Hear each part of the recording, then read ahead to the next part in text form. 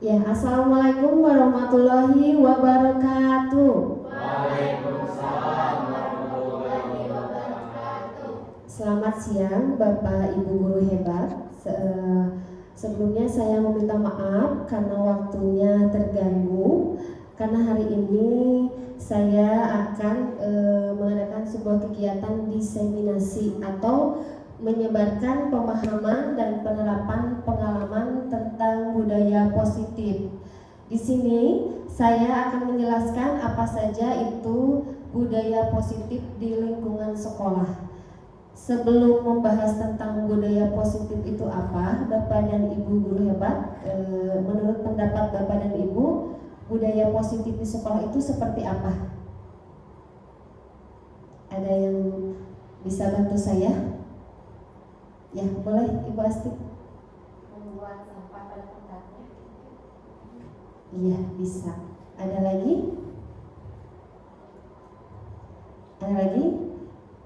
Ya, enggak. Salam sopan.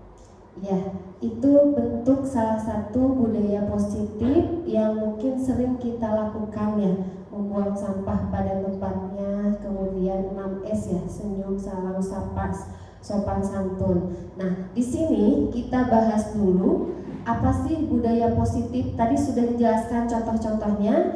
Kemudian di sini pengertiannya itu perwujudan dari nilai-nilai atau keyakinan secara universal yang sudah diterapkan di lingkungan sekolah. Kemudian berikutnya, nah, konsep inti dari materi budaya positif itu ada 8 ya.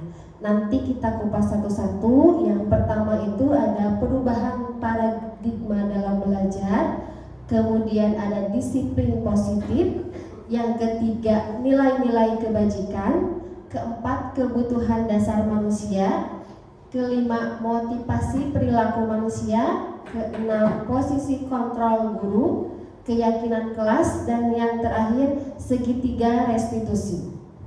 Untuk berikutnya lagi, nah kita bahas dulu apa sih pembelajaran dengan paradigma baru. Nah, pembelajaran di sini dirancang berdasarkan prinsip pembelajaran berdiferensiasi, sehingga peserta didik belajar sesuai kebutuhannya berdasarkan tahap perkembangan secara teori psikologis modern untuk mewujudkan profil pelajar Pancasila yang di dalamnya saya akronimkan dengan makan roti bersama. Maknya beriman, bertakwa kepada Tuhan Yang Maha Esa, dan berakhlak mulia. Kannya berkebinekaan global. Kemudian roknya bergotong royong. Tiknya kreatif. Kemudian bernya bernalar kritis. Yang terakhir samanya mandiri. Itu tujuan dari pembelajaran dengan paradigma baru.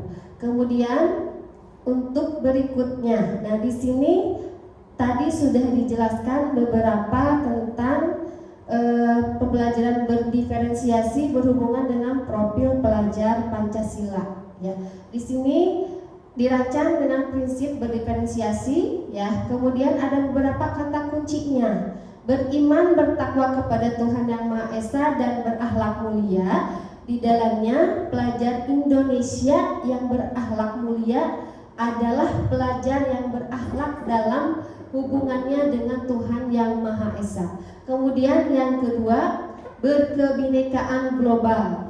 Pelajar Indonesia mempertahankan budaya luhur, lokalitas, dan identitasnya.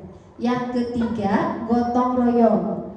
Pelajar Indonesia memiliki kemampuan gotong royong, yaitu kemampuan untuk melakukan kegiatan secara bersama-sama. Jadi bukan hanya sekedar gotong royong itu untuk membersihkan lingkungan saja.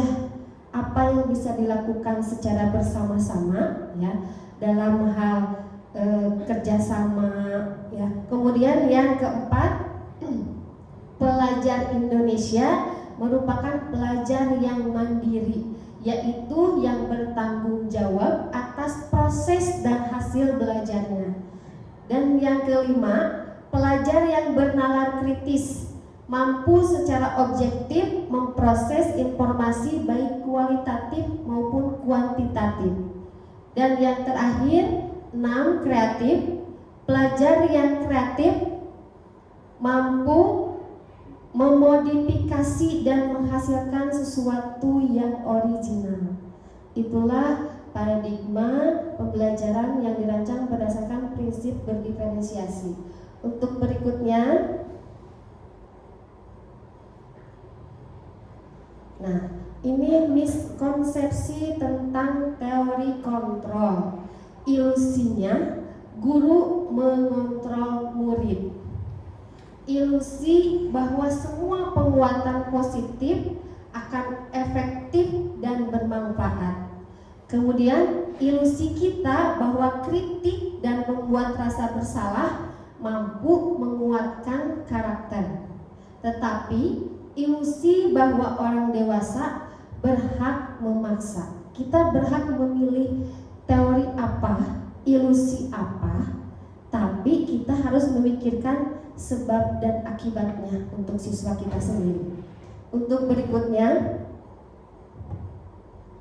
mengubah paradigma stimulus respon dengan pendekatan teori kontrol. Yang pertama ada stimulus respon, kemudian ada teori kontrol, yaitu salah satunya realitas atau kebutuhan.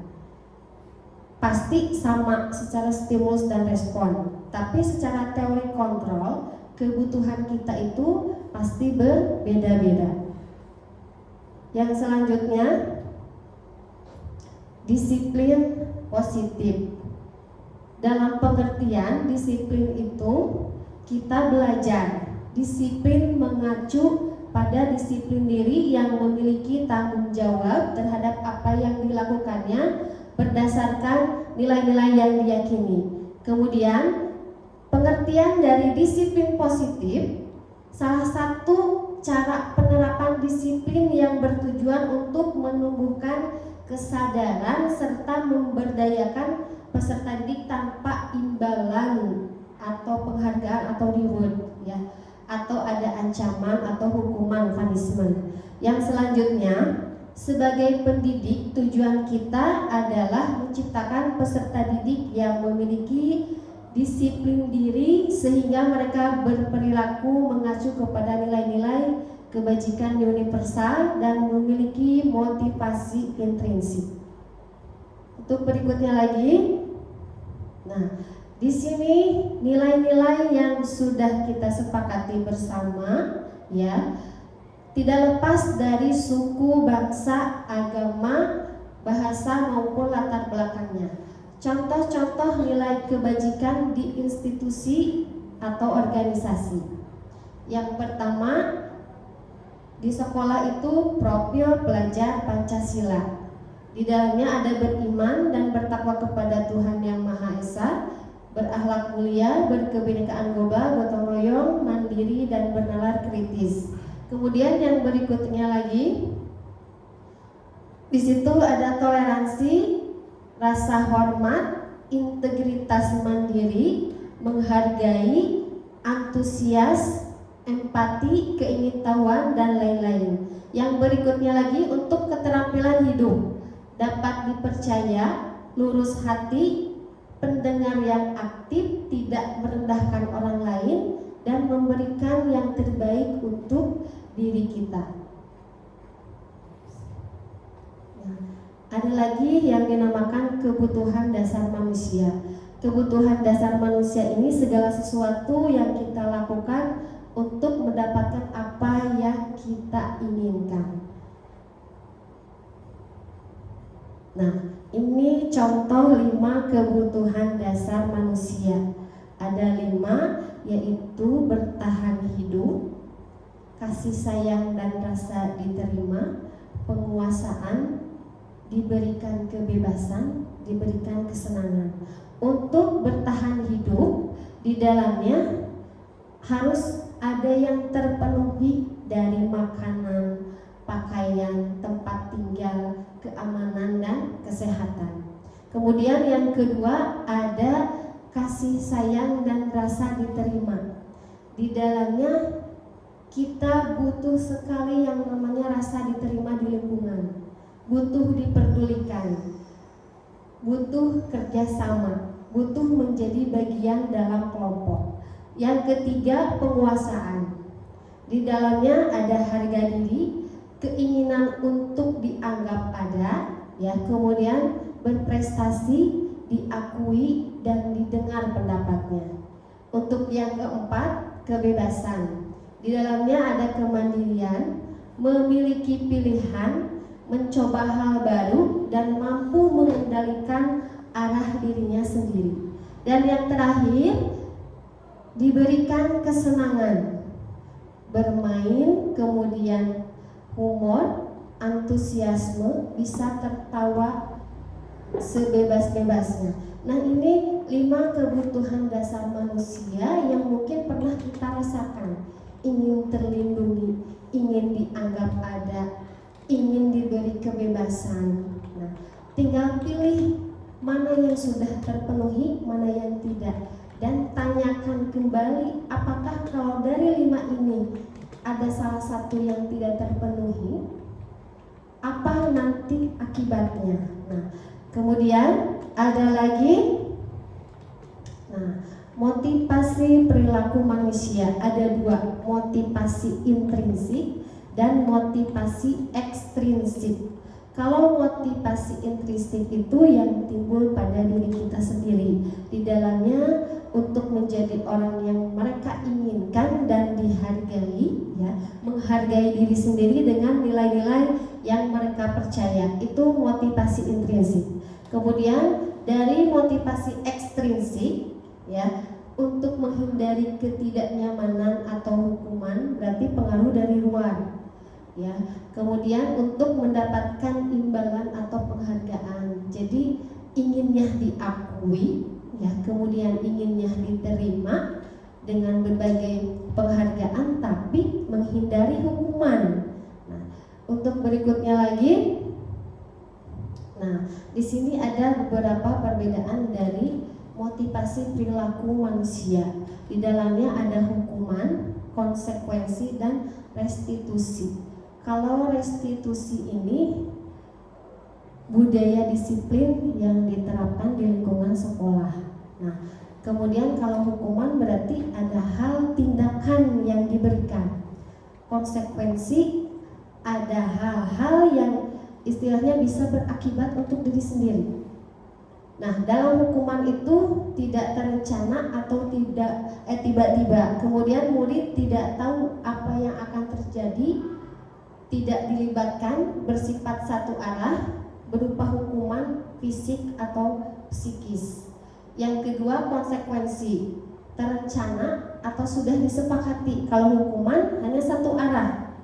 Nah, kalau konsekuensi disepakati, ketika melanggar apa yang akan kamu lakukan atau apa sanksi yang bisa disanggupi oleh si pembuat pelanggaran itu. Kemudian murid tetap dibuat tidak nyaman, sikap guru selalu memonitor. Yang restitusi, proses menciptakan kondisi bagi murid untuk memperbaiki kesalahan. Proses kolaboratif yang akan mengajarkan murid untuk mencari solusinya sendiri. Nah, di sini dalam motivasi perilaku manusia, nah, ada berikutnya posisi kontrol bagi guru. Nah, ada 5, yaitu posisi sebagai penghukum. Yang kedua, membuat orang merasa bersalah. Yang ketiga, teman, posisinya posisi sebagai pemantau dan manajer. Kalau kita memposisikan sebagai penghukum, ya, langsung memberi hukuman baik secara fisik atau psikis tanpa tahu dulu permasalahan atau kasus yang dihadapi. Kemudian membuat orang merasa bersalah. Ada perkataan sangat kecewa. Pasti orang tua kamu akan kecewa. Jadi membuat orang merasa bersalah. Ada kata-kata yang bisa merendahkan. Kemudian sebagai teman, ini menggunakan bahasa-bahasa teman. Jangan berbuat itu lagi lah, bisa kan? Ya, gitu. Jadi bahasa-bahasa seperti ini kita pilih mau yang mana yang dilakukan untuk pendekatan ya dalam menyelesaikan suatu masalah. Nah, kemudian ada lagi sebagai pemantau. Kalau pemantau di sini selain dia menanyakan dulu permasalahannya, tapi dia memberi waktu untuk perubahan ya dari sikap yang sudah dilakukan. Yang terakhir sebagai manajer. Nah, manajer di sini selain menanyakan permasalahannya dulu, ya, posisi guru juga sampai pada mencarikan solusi bersama dengan murid. Nah, ini beberapa 5 posisi kontrol pada guru. Ya, contoh dari tadi penerapan 5 posisi kontrol. Yang pertama, kasus ke-1 siswa memakai seragam tidak sesuai jadwal. Kalau guru posisi penghukum, pasti menghukum anak itu tidak boleh masuk ke dalam kelas. Sebagai pembuat merasa bersalah, berapa kali bapak atau ibu harus memberitahu kamu selalu mengecewakan saja, ya. Kemudian berikutnya untuk posisi sebagai teman, guru di sini dengan menyampaikan kalimat-kalimat yang bersahabat, ya. Nah, ayolah kita ikuti aturan sekolah. Tolong bantu bapak atau ibu ya sekali ini. Lain kali jangan sampai berbuat seperti ini lagi ya. Nah, bahasa-bahasa yang ramah, tidak ada penekanan ya. Kemudian yang keempat, sebagai pemantau. Di sini selain menanyakan konsekuensinya apa, kemudian nanti dicarikan solusi dan diberikan waktu sampai dia mau berubah. Untuk posisi pemantau memonitor. Yang terakhir sebagai posisi manajer. Nah, di sini selain menanyakan dulu permasalahannya dan nanti mencarikan solusi bagaimana kamu memperbaiki kesalahanmu. Jadi sampai siswa tersebut bisa mencari solusi sendiri bersama-sama ya dengan dituntun oleh guru. Untuk berikutnya, nah, kita tanya jawab supaya tidak ngantuk. Atau mau ice breaking dulu, Bapak Ibu guru hebat?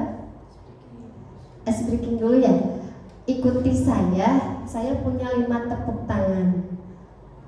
Kalau saya memperagakan tepuk 1, berarti 1 kali. Tepuk 1-nya ke atas. Kita lakukan bersama-sama. 1. Kalau tepuk 2, berarti tepukannya 2 kali. Tepuk 2. Tepuk 3 berarti 3 kali. Ayo, 1, 2, 3. Kalau tepuk 4 berarti tepukannya berapa kali? 1, 2, 3. Ke kanan yang keempatnya. Yang kelimanya ke kiri. Mengerti? Ya. Sekali lagi ya. Kita mulai dulu. Tepuk 2. Tepuk 5. Tepuk 3. Tepuk 2, 3. Iya, ternyata konsentrasinya sampai sore ini ya masih luar biasa semangatnya Bapak Ibu guru hebat. Ya, sebagai evaluasi ada tugas kita bersama-sama tadi dalam melakukan posisi kontrol sebagai Bapak Ibu guru dalam menangani sebuah kasus. Nah, di sini ada kata-kata saya kecewa sekali dengan kamu. Kira-kira masuk kepada posisi kontrol yang keberapa? Sebagai penghukumkah? Sebagai pemantaukah? Sebagai pembuat rasa bersalah? Betul sekali. Karena ada rasa kekecewaan yang dibuat siswa tersebut. Kemudian yang kedua, tidak pernah benar melakukannya? Menghukum. Ya, betul sekali. Yang berikutnya, apa rencanamu untuk menyelesaikan masalah ini yang sebelah sini, ibu-ibu guru hebat? Pemantau, manajer. Ya, ada solusi untuk diberikan penyelesaiannya. Untuk pertanyaan berikutnya, ayolah lakukan demi Bapak. Nah, betul sekali, ternyata Bapak Ibu guru hebat ini ingatannya sangat luar biasa. Tepuk tangan dulu. Yang terakhir, iya, yang terakhir ada. Kamu tidak pernah mendapat nilai jika tidak mengerjakan tugas. Kira-kira kamu tidak pernah mendapatkan nilai jika tidak mengerjakan tugas.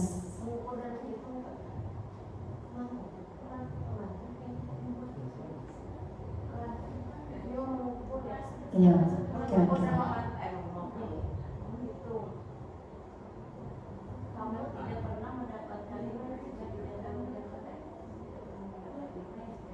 Kamu tidak pernah mendapatkan nilai jika tidak mengerjakan tugas. Sudah berkali-kali kan Ya, betul.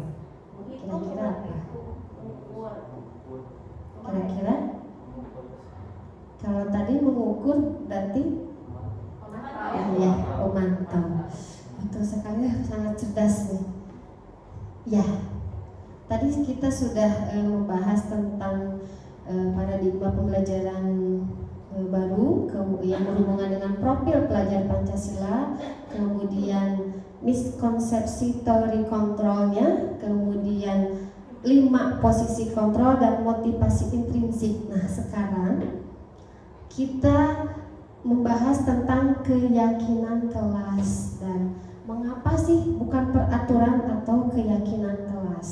Nah, ya mohon maaf ya, karena mungkin jari-jarinya yang salah, bukan hatinya.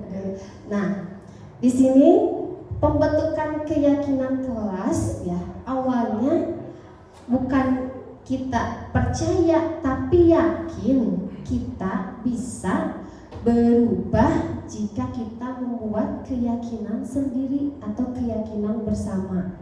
Nah, di sini untuk pembentukan keyakinan kelas itu bersifat abstrak. Kemudian berupa pernyataan universal, dibuat dalam pernyataan positif. Di dalamnya itu tidak boleh ada kata tidak, dilarang, ya, jangan. Nah, kata-kata positif mah bisa kalimat, 1 kalimat, 2 kalimat. Disiplin, bertanggung jawab, ya, tidak ada kata, tidak boleh terlambat, udah aja disiplin. Jadi fokus ke salah satu kata-kata atau kalimat yang positif, ya. Kemudian sesuai dengan kondisi kelas dan sekolah. Nah, bagaimana situasinya di kelas, kemudian situasi di sekolah juga, ya. Kemudian semua warga sekolah dilibatkan untuk membuat keyakinan kelas. Nah, semuanya, jadi keputusan bersama, bukan keputusan satu arah, bukan keputusan dari kepala sekolah, bukan keputusan dari guru saja, bukan keputusan dari murid saja, tapi semua warga sekolah. Nah, kemudian berikutnya ada yang namanya segitiga restitusi. Nah, yaitu suatu proses dialog yang dijalankan oleh guru agar dapat menghasilkan murid yang mandiri dan bertanggung jawab. Ada 3 tahapan dalam segitiga restitusi. Yang pertama itu menstabilkan identitas, yang kedua validasi tindakan yang salah, kemudian yang ketiganya menanyakan keyakinan. Nah, tadi yang pertama itu dalam segitiga restitusi itu ada menstabilkan identitas, yaitu berdasarkan prinsip membuat kesalahan adalah bagian dari proses pembelajaran. Nah, berbuat salah itu wajar. Tidak ada manusia yang sempurna, Ini contoh kata-kata atau komunikasi yang disampaikan kepada siswa dalam menstabilkan identitas. Kamu berhak merasa begitu. Nah, berikutnya lagi tentang mengidentifikasi validasi tindakan yang salah. Berhubungan dengan prinsip setiap perilaku berupaya memenuhi suatu kebutuhan tertentu. Nah, di sini ada contoh kalimatnya yang dapat dikomunikasikan kepada siswa. Kamu pasti punya alasan mengapa melakukan hal itu. Nah, ini ditelusuri dulu apa sih yang terjadi, alasannya kenapa. Nah, untuk berikutnya yang terakhir menanyakan keyakinan kelas. Nah, tadi kita sudah mengetahui cara-caranya membentuk keyakinan kelas, ya. Diingatkan kembali dulu karena ada keyakinan kelas yang sudah kita sepakati. Nah, di sini untuk mengontrol bahwa pada dasarnya kita termotivasi secara intrinsik, ada kesadaran diri dulu dari siswanya. Apa keyakinan kelas kita? Menanyakan dulu, mengingatkan dulu, ya. Kemudian nilai-nilai apa yang telah disepakati bersama. Nah, ini ketiga segitiga restitusi yang akan kita lakukan ketika di lapangan untuk menyelesaikan sebuah kasus. Dan yang terakhir sebagai penutup, dalam penerapan disiplin positif ini hendaknya guru memiliki standar kepribadian profesional dan sosial yang baik, di mana guru mampu merefleksikan dirinya, ya, untuk posisi kontrol saat ini. Bagaimana perjalanan dirinya sebagai AMO atau manajer. Kemudian menuntun murid-muridnya menjadi insan yang mandiri, merdeka dan bertanggung jawab. Ya, ini ada di dalam isi standar nasional pendidikan. Nah, itu beberapa tentang hal-hal budaya positif yang harus diterapkan di lingkungan sekolah. Ada yang ditanyakan dulu dari hasil pemaparan saya? Atau saya akan menanyakan salah satu contoh kasus di sini. Nanti Bapak Ibu guru sebagai pengamat, ya, di sini. Baik, Bapak Ibu guru hebat, ini salah satu contoh kasus di lingkungan kita, ya. Salah satu kasusnya yaitu siswa datang terlambat ke sekolah dengan menggunakan penyelesaiannya dengan menggunakan segitiga restitusi. Tapi itu menunjukkan kamu sering terlambat. Dengan bukti yang kamu sudah berapa kali kira-kira kamu terlambat. Sering terlambat itu kesalahan itu. Baik Pak, setiap berbuat kesalahan itu manusiawi setiap orang pasti pernah menyelesaikan. Yang terpenting kita bisa belajar ya dari kesalahan tersebut dan bisa untuk memperbaiki. Kira-kira seperti tidak? Kita cari solusinya bersama-sama. Bahkan sering datang terlambat pasti ada alasannya. Kenapa sering datang terlambat?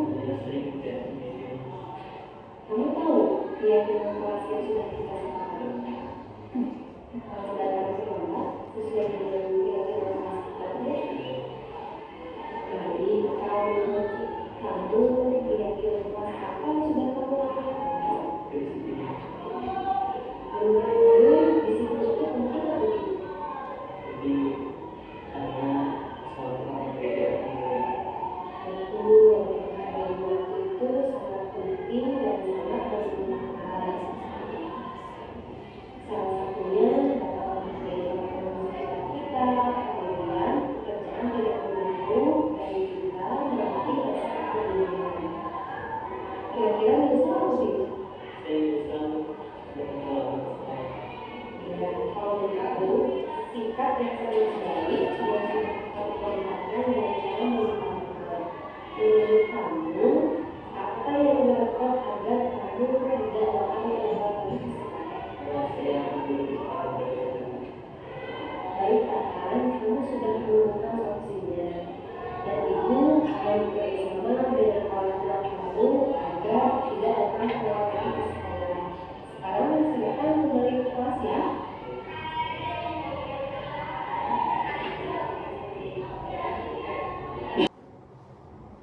Ya, Bapak Ibu guru hebat, tadi kita sudah menyaksikan kasus yang pertama dan yang ini kasus yang kedua, yaitu tentang kasus di mana ada anak yang rajin mengerjakan tugas dan sering dicontek oleh temannya. Kita saksikan dulu. Dengan tadi ibu dengar omongan dari ketua kelas, katanya kamu bicara sama kamu.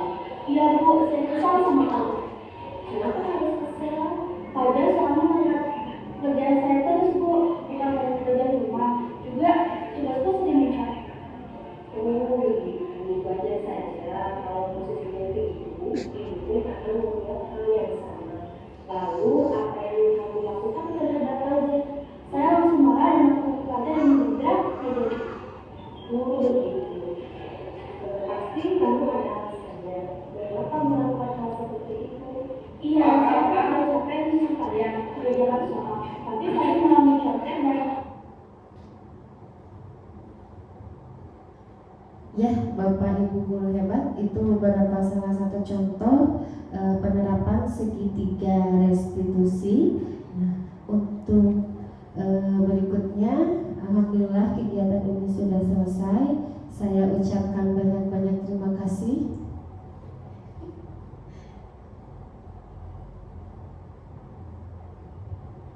Untuk penutup, kita tutup dengan jargonnya salam guru penggerak. Masih ingat gak Bapak Ibu guru hebat? Tergerak, bergerak, menggerakkan. Ya. Kita tutup dengan jargon kita, salam guru penggerak, tergerak, bergerak, menggerakkan. Saya ucapkan terima kasih atas waktu, tenaga, pikiran, dan perhatiannya. Mohon maaf apabila masih terdapat kekurangan dalam cara penyampaian atau beberapa materinya. Mudah-mudahan di ruang kolaborasi ini kita selalu dapat bermanfaat bagi siswa kita di lingkungan sekolah maupun bagi diri kita sendiri. Saya tutup dengan alhamdulillahirabbil alamin. Wassalamualaikum warahmatullahi wabarakatuh. Waalaikumsalam warahmatullahi wabarakatuh.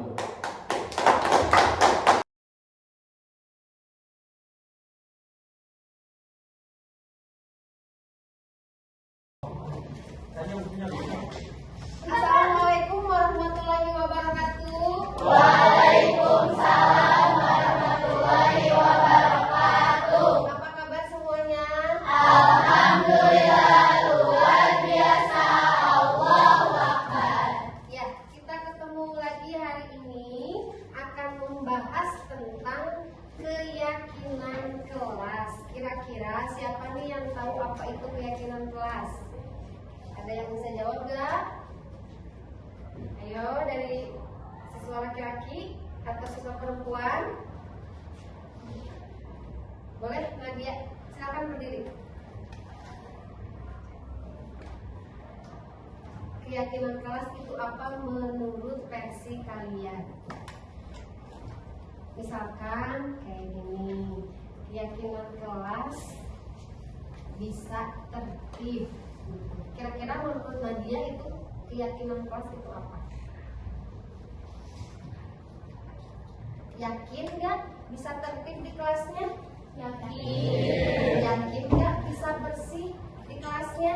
Yakin. Itulah yang disebut dengan keyakinan kelas, yaitu meyakini apa saja yang mau dirubah dan mau merubah untuk kenyamanan, kemudian keamanan, ya. Nah, di sini keyakinan itu seperti peraturan yang ada di sekolah ataupun tata tertib. Tapi bedanya kalau peraturan itu pasti harus dilakukan dan peraturannya tidak bertanya terlebih dahulu sanggup atau tidak. Nah, kalau keyakinan kelas ada diskusi dulu antara teman dengan teman, kemudian guru dengan teman, kemudian guru dengan guru untuk menciptakan ya tadi rasa aman, rasa saling menghormati dan rasa saling menghargai. Ya. Untuk berikutnya, Ibu akan menugaskan kalian masing-masing menuliskan keyakinan kelas yang akan kita buat ya. Misalkan untuk keyakinan kelas tidak boleh ada kata-kata negatif seperti dilarang, seperti tidak, seperti jangan. Nah, kata-katanya harus kata-kata positif ya. Seperti tadi, tertib, disiplin, semangat. Nah, itu salah satu contoh-contoh dalam membuat keyakinan kelas ya. Nah, Ibu akan membagikan terlebih dahulu sticky note ya. Dan nanti kalian menuliskan masing-masing hasil keyakinan kelasnya ya. Kalau sudah selesai, nanti dengan tertib kalian menempelkan keyakinan kelasnya masing-masing di papan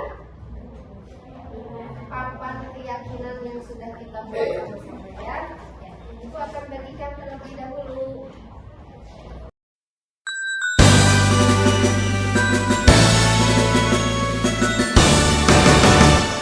SMP tahu kita tempat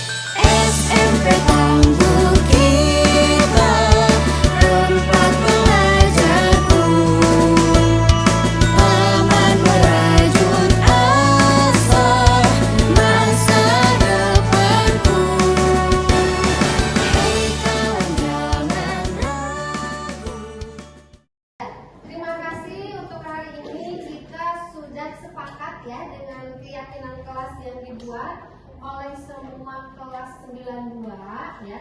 Semoga kita terus semangat ya untuk merubah ke hal yang lebih baik lagi.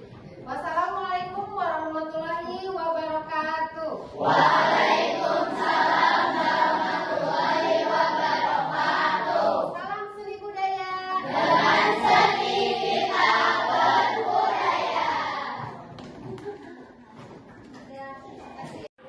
Assalamualaikum warahmatullahi wabarakatuh. Perkenalkan, nama saya Nadia Widiawati Rahayu dari kelas 92. Kesan saya setelah melakukan keyakinan kelas, saya merasa senang dan saya yakin saya dan teman-teman akan termotivasi oleh keyakinan kelas yang sudah dibuat tadi bersama-sama. Terima kasih. Wassalamualaikum warahmatullahi wabarakatuh. Assalamualaikum warahmatullahi wabarakatuh. Perkenalkan, nama saya Nur Ajijah dari kelas 92. Kesan saya setelah membuat keyakinan kelas bersama merasa senang dan saya termotivasi untuk melakukan hal-hal baik, menjadi pribadi yang disiplin, bertanggung jawab. Saya harap saya dan teman-teman bisa melaksanakan keyakinan kelas tersebut dengan baik. Terima kasih. Wassalamualaikum warahmatullahi wabarakatuh. Assalamualaikum warahmatullahi wabarakatuh.